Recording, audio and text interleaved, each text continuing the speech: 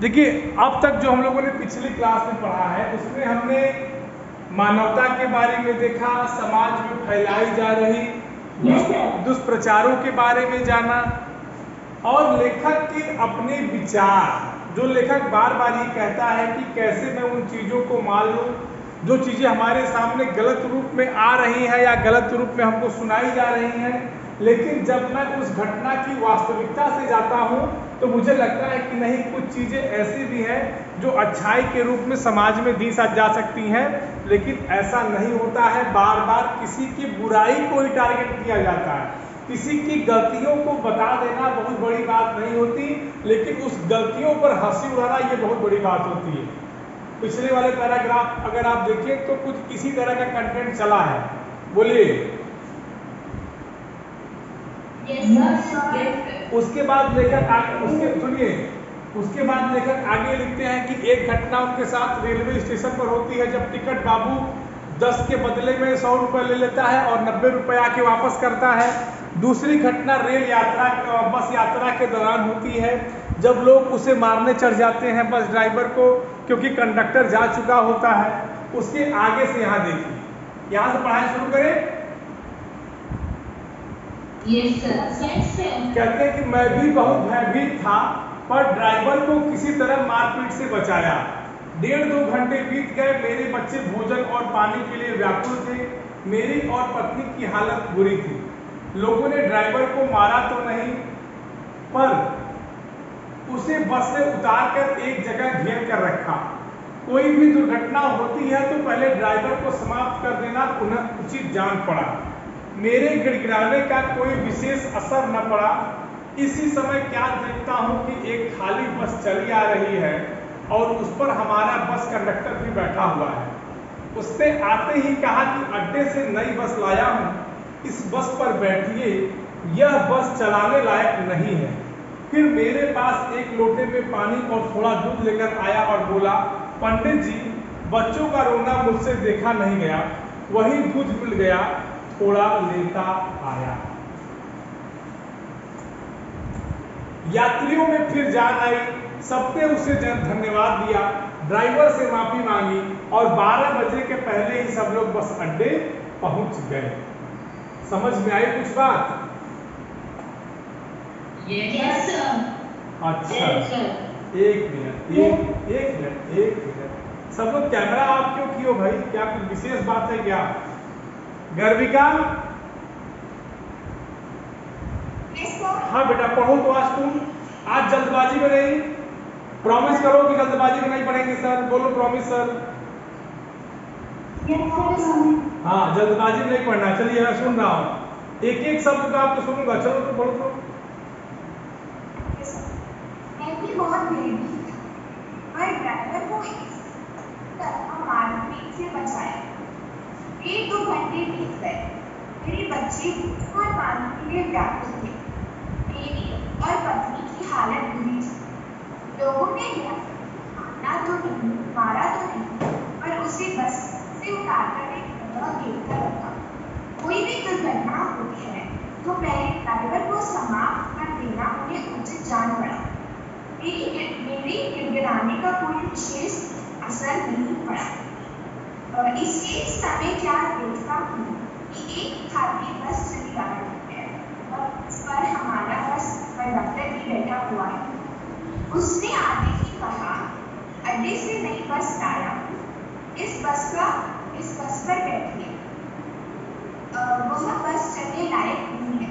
फिर मेरे पास एक लोटे में पानी और थोड़ा दूध लेकर आया, बोला, गया, पर दूध मिल गया, थोड़ा लेके आया। यात्रियों में फिर जान आई, सबने उससे धन्यवाद दिया, ड्राइवर से माफी मांगी और 12 बजे से पहले ही हम सब लोग बस अड्डे पहुंच गए। वेरी गुड, ऐसे ही पढ़ना है गर्विका, ठीक है?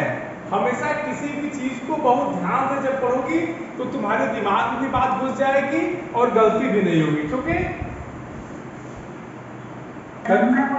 हाँ बेटा, आदित्य पढ़ो। आदित्य बहुत भयभीत था, पर ड्राइवर को किसी तरह मारपीट से बचाया। 1.5-2 घंटे बीत गए। मेरे बच्चे भोजन और पानी के लिए व्याकुल थे। मेरी और पत्नी की हालत बुरी थी। लोगों ने ड्राइवर को मारा तो नहीं, पर उसे बस से उतार कर एक जगह घेर कर रखा। कोई भी दुर्घटना होती है तो पहले ड्राइवर को समाप्त कर देना उन्हें उचित जान पड़ा। मेरे गिड़गिड़ाने पर कोई विशेष असर नहीं पड़ा। इसी समय क्या देखता हूँ कि एक खाली बस चली आ रही है और उस पर हमारा बस कंडक्टर भी बैठा हुआ है। उसने आते ही कहा, अड्डे से नई बस आया, इस बस पर बैठिए, वह बस चलने लायक नहीं है। फिर मेरे पास एक लोटे में पानी और थोड़ा दूध लेकर आया और बोला, पंडित जी, बच्चों का रोना मुझसे देखा नहीं गया, वही दूध मिल गया, थोड़ा लेता आया। यात्रियों में फिर जान आई। सबने मुझे धन्यवाद दिया, ड्राइवर से माफी मांगी और 12 बजे से पहले की बस सब लोग बस अड्डे पहुंचे। ठीक, किसी को कोई दिक्कत इस पैराग्राफ में? No sir. इसका अर्थ बता दें आप लोगों को कि कोई अच्छा ये बताओ, इस पैराग्राफ में कोई ऐसा शब्द है जो आपको जिसका अर्थ न पता हो? No sir. चलिए ठीक है, अब इसका जान लीजिए क्या इसका मामला है। जब लेखक ये देखता है कि अगल बगल के लोग या जो उस बस में सवार यात्री थे उन्होंने ड्राइवर को मारने का प्लान बना लिया, मारने की योजना बना ली। योजना क्यों बनाया? क्योंकि जो बस का कंडक्टर था वो तो जा चुका था, वो गया किस लिए था ये किसी को पता नहीं था। बस लोग अपने मन में तरह तरह की कल्पनाएं कर करके तमाम तरह की बातें बता रहे थे कि यहाँ डकैती होती है, कुछ दिन पहले यहाँ इसी तरह से बस को लूटा गया था। बात समझ रहे हैं कि नहीं? तो हाँ, क्योंकि जितनी भी बातें ऊपर बताई गई हैं वो यात्रियों की कल्पनाएं थी। भाई अगर कंडक्टर ने बताया नहीं तो इसका मतलब उन लोगों ने कल्पना किया। ठीक है, और एक बात और जान लो, आप ज्यादा कल्पना करते हैं तो कल्पना से भय उत्पन्न होता है। ठीक है ना? ज्यादा आप कल्पना करेंगे तो कल्पना से भय उत्पन्न, डर उत्पन्न होता है। तो वही बात वहां पे थी। अब लेखक कह लेते हैं कि मैं भी बहुत भयभीत था। अब यात्रियों की इस दशा को देख करके जो लोग मारपीट पर उतारू हो जाएं, किसी भी चीज पर आमादा हो जाएं, उस घटना को देखकर वहां पे जो लेखक था वो भी डर गया था। और डरे बिना क्यों नहीं, अगर वो ड्राइवर के पक्ष से बोलता है तो लोग सोचेंगे कि डाकुओं का आदमी है, इसलिए ड्राइवर के पक्ष से बोल रहा है यात्री होते हुए भी। तो उस चीज को देख करके, परिस्थिति को समझ करके जो वहां पे लेखक था, क्योंकि अपनी पत्नी और बच्चों के साथ था, परिवार के साथ था, और परिवार के साथ कोई भी व्यक्ति उदंड तरीके का व्यवहार नहीं करता। ठीक है, लेखक कहते कि वही बहुत भयभीत था, ड्राइवर को किसी तरह मारपीट से बचाया। मतलब ड्राइवर चूंकि उसको बचाने के लिए कातर मुद्रा से, एक उसके ऊपर वाली पैराग्राफ में देखिए तो लिखा है कि कातर मुद्रा से ड्राइवर लेखक की ओर देखता है। तो लेखक का ये फर्ज था कि वह ड्राइवर को बचाए। किस लिए बचाए? यात्रियों के मार से बचाए और यात्रियों के मन में जो भ्रम पैदा है उस भ्रम को दूर करे। कहते हैं कि लेखक भी भयभीत हो गया था और इतना करते करते लगभग 1.5-2 घंटे बीत गए और जो लेखक के बच्चे थे भोजन और पानी के लिए एकदम परेशान थे, एकदम व्याकुल थे। मतलब अगर किसी को पानी न मिले, समय से भोजन न मिले और भूख लगी हो, वो भी छोटे छोटे बच्चे छटपटाने लगेंगे, जाहिर सी बात है। फिर कहते हैं कि मेरी और पत्नी की हालत बुरी थी। मतलब लेखक की और लेखक की पत्नी और उनके बच्चे, तीनों लोग उस परेशानी से जूझ रहे थे। लोगों ने ड्राइवर को मारा तो नहीं, पर उसे बस से उतार कर एक जगह घेर कर रखा। कोई भी दुर्घटना होती तो पहले ड्राइवर को समाप्त कर देना उन्हें उचित जान पड़ा। फिर लेकिन जो यात्री थे जिन्होंने मारने का मन बना ही लिया था, लेखक के बार बार गुहार करने पर, लेखक के बार बार निवेदन करने पर उन्होंने ड्राइवर को मारा नहीं, लेकिन क्या किया, अपनी सुविधा अनुसार ड्राइवर को एक जगह घेर के बैठा लिए कि अगर कुछ भी बात होती है तो पहले तुम्हें मार देंगे। समाप्त कर देना मतलब जान से मार देना। उन्हें ये लगा कि अगर कोई डाकुओं का हमला होता है तो पहले हम इसी को मार डालेंगे। ठीक, मेरे गिड़गिड़ाने का कोई विशेष असर नहीं पड़ा। इसी समय क्या देखता हूं कि एक खाली बस चली आ रही है और उस पर हमारा बस कंडक्टर भी बैठा हुआ है। उसने आते ही कहा कि अड्डे से नई बस लाया हूँ, इस बस पर बैठिए। जब ये सब घटनाक्रम लेखक देख रहा है और बार बार लोगों से निवेदन कर रहा है, गिड़गिड़ा रहा है कि भाई रहने दीजिए, मारिए मत, वो भी आदमी है, लेकिन लोग मानने को तैयार नहीं थे। अपनी अपनी, चूंकि 20 लोग रहते हैं तो 20 तरह की बात होती है, तो यात्रियों के साथ भी कुछ उसी तरह की बात थी। तो जब लेखक ने देखा कि ये लोग मान नहीं रहे हैं और अंततः उसको बैठा लिए। किसको बैठा लिए बताइए, किसको बैठा लिए? ड्राइवर को। उसी समय लेखक क्या देखता है कि सामने से एक खाली बस आ रही है और उस पर उस बस का कंडक्टर भी बैठा हुआ है, जो सबसे पहले साइकिल लेकर निकला था। आते ही कहा कि अड्डे से नई बस लाया हूँ, इस बस पर बैठिए, यह बस चलने लायक नहीं है। और आते ही सबसे पहले उसने क्या कहा कि ये बस चलने लायक नहीं है, इसलिए मैं बस अड्डे पर गया था, वहां से इस बस को लाया हूँ, आप लोग इस बस में चलिए। फिर मेरे पास एक लोटे में पानी और थोड़ा दूध लेकर आया। बोला, पंडित जी, बच्चों का रोना मुझसे देखा नहीं गया, वही दूध मिल गया, थोड़ा लेता आया। और इतना सब कहने के बाद, यात्रियों को बैठाने के बाद, वह कंडक्टर वापस जाता है लेखक के पास और लेखक को एक लोटे में पानी और थोड़ा दूध लेकर देता है और कहता है कि पंडित जी, आपके जो बच्चे थे ये लगातार रोए जा रहे थे और इन बच्चों का रोना मुझसे देखा नहीं जा रहा था, तो मैं बस अड्डे पर गया था, वहां मुझे थोड़ा दूध मिल गया और लेता आया। इन सब घटना के बाद जब यात्रियों को बस भी मिल गई, तब उन्हें क्या हुआ, उनकी जान में जान आई, मतलब उन्होंने राहत की सांस ली। सबने उसे धन्यवाद दिया, ड्राइवर से माफी मांगी। देखिए यही होता है ना, सब पहले तो लोग बिना विचारे ड्राइवर को बंधक बना लिए, उसे मारना शुरू कर दिए। अब क्या कर रहे हैं, उसे माफी मांगी। बोलिए। तो बिना विचार के, बिना सोचे समझे कोई काम नहीं करना चाहिए। कबीर दास का एक दोहा है ना, बिना विचारे जो करे सो पीछे पछताए, काम बिगाड़ो आपने जग में होत फसाए। अब लोगों ने क्या किया था, यात्रियों ने क्या किया था, बिना कुछ जाने समझे, बिना कुछ जाने,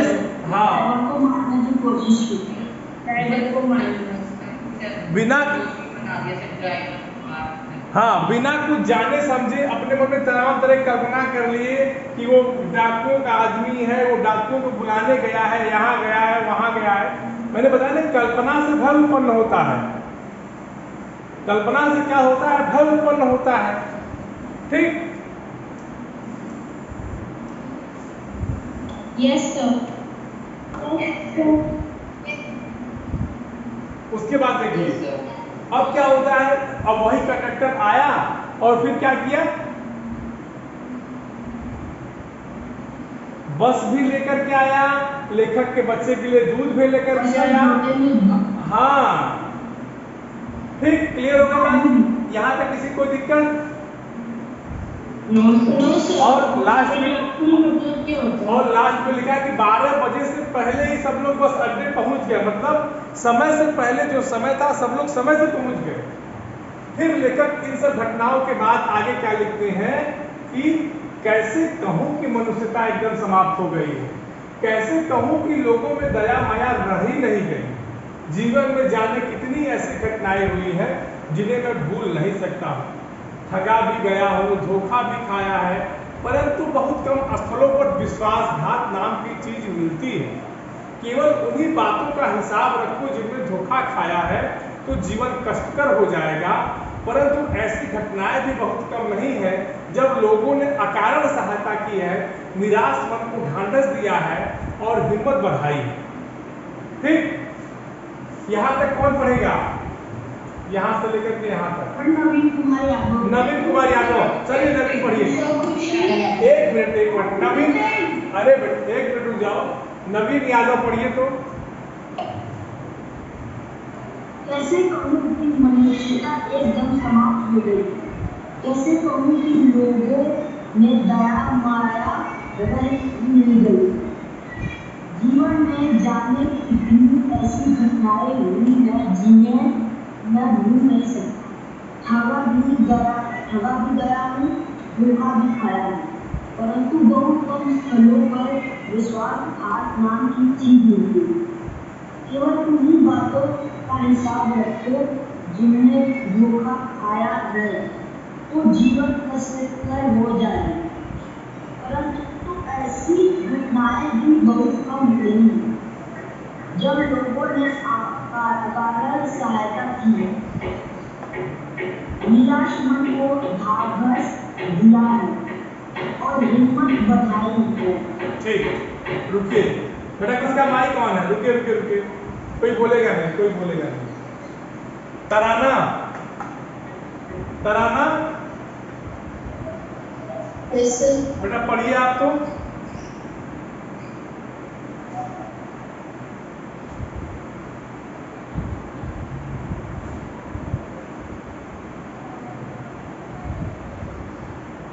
तराना पढ़िए तो यहां से।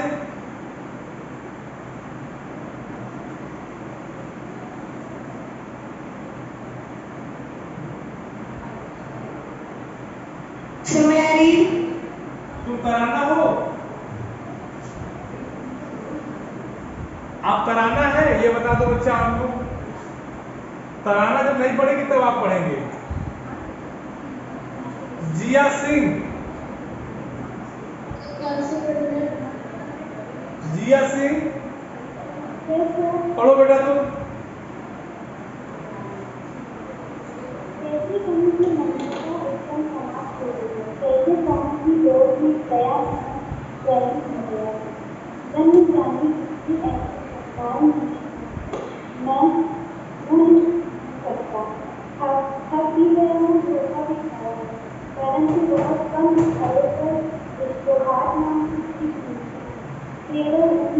जिया कितना गलत पढ़ रही हो। यहाँ विश्वासघात पढ़ो तो सही पढ़ो, गलत क्यों? यहाँ ठगा लिखा है, ठग नहीं लिखा है। सही से पढ़िए।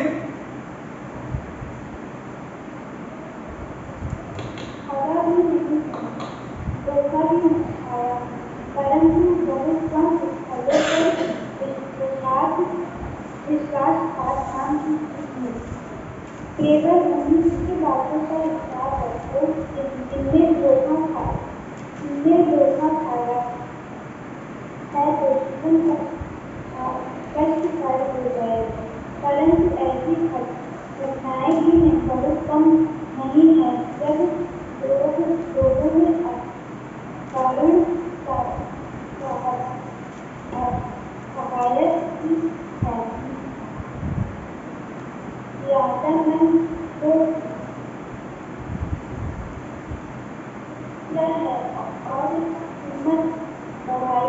ठीक है, वेरी गुड। चलिए इसका अर्थ समझ लीजिए।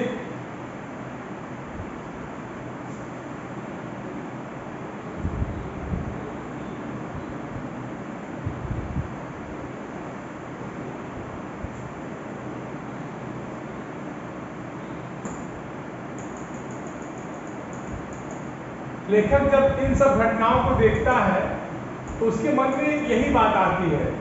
जब ऊपर उन्होंने कहा कि बार बार जब लेखक ये पेपर में या समाचार पत्रों में इस चीज को पढ़ता है और जब इन दोनों घटनाएं उसके जब ये दोनों घटनाएं उसके सामने आती है, तब लेखक कहता है कि आखिर मैं कैसे कह दूं कि मनुष्यता समाप्त हो गई है।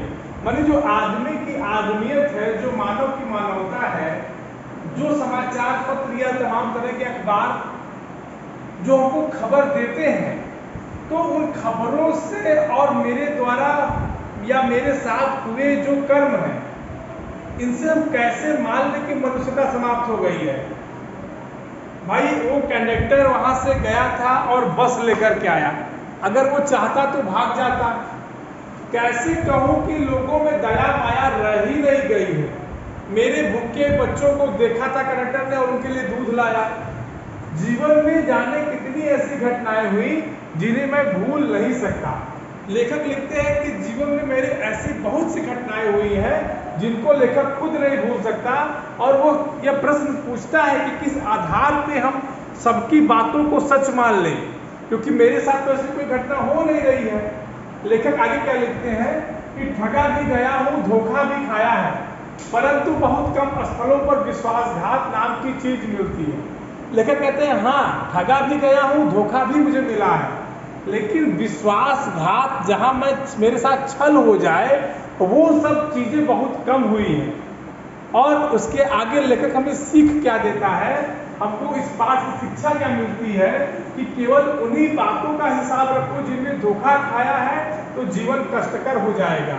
मतलब जहाँ जहाँ हमको जीवन में दुख पहुंचा है और अगर हम पूरे जीवन भर उन्हीं बातों को लेकर चले तो वास्तव में हमारा जीवन दुखमय हो जाएगा, ठीक है। परंतु ऐसी घटनाएं भी बहुत कम नहीं है जब लोगों ने अकारण सहायता की है, निराश मन को ढांढस दिया है और हिम्मत बधाई है।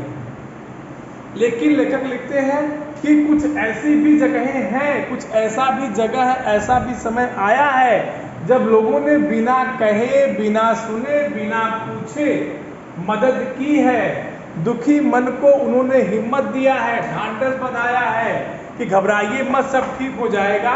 तो इसी बात कर लेकर के लेखक ये कहता है कि मैं कैसे कहूँ कि मानवता समाप्त हो गई।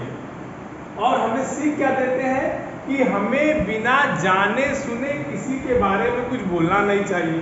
दूसरी बात कि अगर हमको लगातार दुख मिला हो तो हम क्यों बार बार दुखों का ही क्यों गुणगान करें, क्यों उस बात को लेकर अपने जीवन को कष्टप्रद बनाएं। ऐसा हमको हरगिज नहीं करना है। हमको जीवन में जो अच्छे कार्य हैं उनको करते जाना है और उनको समाज में लाना है, ठीक। कोई दिक्कत किसी को यहाँ तक? इस पूरे पैराग्राफ का सारांश आपको समझ में आया? किसी को कोई दिक्कत हो तो बताइए। कहते हैं कि कविवर रविंद्रनाथ ठाकुर ने अपने प्रार्थना गीत में भगवान से प्रार्थना की थी कि संसार में केवल नुकसान ही उठाना पड़े, धोखा ही खाना पड़े, तो ऐसे अवसरों पर भी हे प्रभु मुझे ऐसी शक्ति दो कि मैं तुम्हारे ऊपर संदेह न करूं। मनुष्य की बनाई विधियां गलत नतीजे तक पहुंच रही हैं तो इन्हें बदलना होगा। वस्तुतः आए दिन इन्हें बदला ही जा रहा है, लेकिन अब भी आशा की ज्योति बुझी नहीं है। महान भारतवर्ष को पाने की संभावना बनी हुई है, बनी रहेगी। मेरे मन, निराश होने की जरूरत नहीं। समझ में आई बात? लिखते हैं लेखक रविंद्रनाथ ठाकुर, ये बंगाली कवि थे, बंगला के कवि थे, ठीक है। इन्होंने एक प्रार्थना गीत में लिखा था कि भगवान अगर मुझे इस संसार में केवल दुख भोगना पड़े, केवल नुकसान हो, केवल धोखा मिले, तो भी मुझे आप ऐसी शक्ति प्रदान करिएगा कि मैं इन सब दुखों को सह लूं। आप एक प्रार्थना गाते होंगे, आपको याद है, इतनी शक्ति हमें देना दाता, मन का विश्वास कमजोर होना। बोलिए।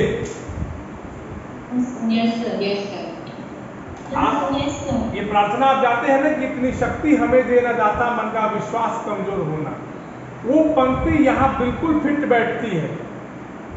कविवर बंगला के कवि थे रविंद्रनाथ टैगोर, जिन्हें आप लोग रविंद्रनाथ टैगोर कहते हैं, उन्हीं का नाम रविंद्रनाथ ठाकुर था। तो कहते हैं कि उन्होंने प्रार्थना गीत लिखा था, उसी गीत में उन्होंने ये कहा था, भगवान से स्तुति की थी कि भगवान चाहे मेरे जीवन में कितने भी दुख आए, मुझे कितना भी धोखा मिले, मेरे साथ विश्वासघात हो, लेकिन मुझे इतना मजबूत बनाए रखना, मुझे इतनी शक्ति देना कि मैं इन सबको सहन कर जाऊं और कभी भी आपके ऊपर शंका न करूं कि ये भगवान मेरे साथ क्या कर रहा है, ठीक।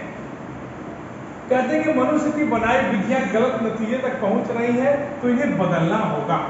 मनुष्य की माने इंसानों की बनाए गए जो नियम है, अगर इनका परिणाम गलत हो रहा है या इनके द्वारा बनाए गए नियम गलत साबित हो रहे हैं तो जरूरत है कि हम इन सब चीजों को बदलें। वस्तुतः आए दिन इन्हें बदला ही जा रहा है, लेकिन अब भी आशा की ज्योत बुझी नहीं है। और परिणाम क्या हो रहा है कि जहां हमको लग रहा है कि हम अपने बनाए गए नियमों में सफल नहीं हो पा रहे हैं, उस नियम को हम बदल भी रहे हैं ताकि हमारे जो जीवन की आशा है, जो हमारे आशा रूपी ज्योति है, जो हमारी जीवन जीने की लालसा है, वो न बुझे, हमसे गलतियां कम से कम हो। महान भारतवर्ष को पाने की संभावना बनी हुई है, बनी रहेगी। लेखक ये भी लिखता है कि जो चीजें अच्छी हैं अगर उसको हम अच्छी दिखाएं तो चीजें अच्छी हो जाएंगी। हमारा भारतवर्ष वही बाल गंगाधर तिलक, रविंद्रनाथ टैगोर, महात्मा गांधी का भारत होगा जो उन्होंने सपना देखा था। और लास्ट में क्या कहते हैं कि ज़्यादा दुखों को लेकर के निराश होने की ज़रूरत नहीं है, हमें सकारात्मकता बनाए रहने की ज़रूरत है। हमारे अंदर जो सकारात्मक ऊर्जा है हम उसी के साथ चलेंगे और अपने भारतवर्ष को तिलक का भारतवर्ष, महात्मा गांधी का भारतवर्ष बनाने में कोई कसर नहीं छोड़ेंगे। किसी को कोई दिक्कत इस पूरे पाठ में, किसी पैराग्राफ में नो सर। कहीं भी कोई ऐसा लाइन, ऐसा शब्द जहां जिसको अर्थ न समझ में आया हो? No sir. अच्छा, वेरी गुड, समझ में आ गया? ये पूरा पाठ सबको समझ में आ गया? Yes sir. शाश्वत गुप्ता, शाश्वत गुप्ता, Yes, sir. शाश्वत गुप्ता,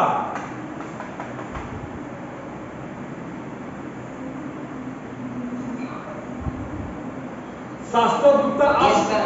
आप पढ़िए तो, जो मैंने अभी पढ़ा उसको पढ़िए तो। Yes, sir.